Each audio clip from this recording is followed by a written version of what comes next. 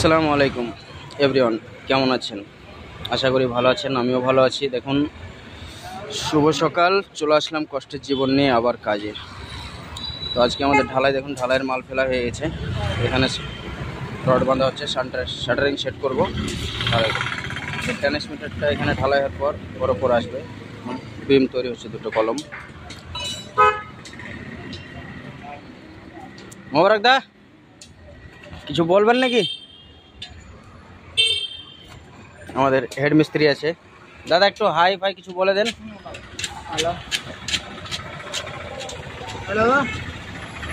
কতটা পরিমাণে কেবেল আছে, কতটা কষ্ট করে আমাদেরকে গাড্ডা মেরে তারপরে এখন ঢালাই করতে আছে।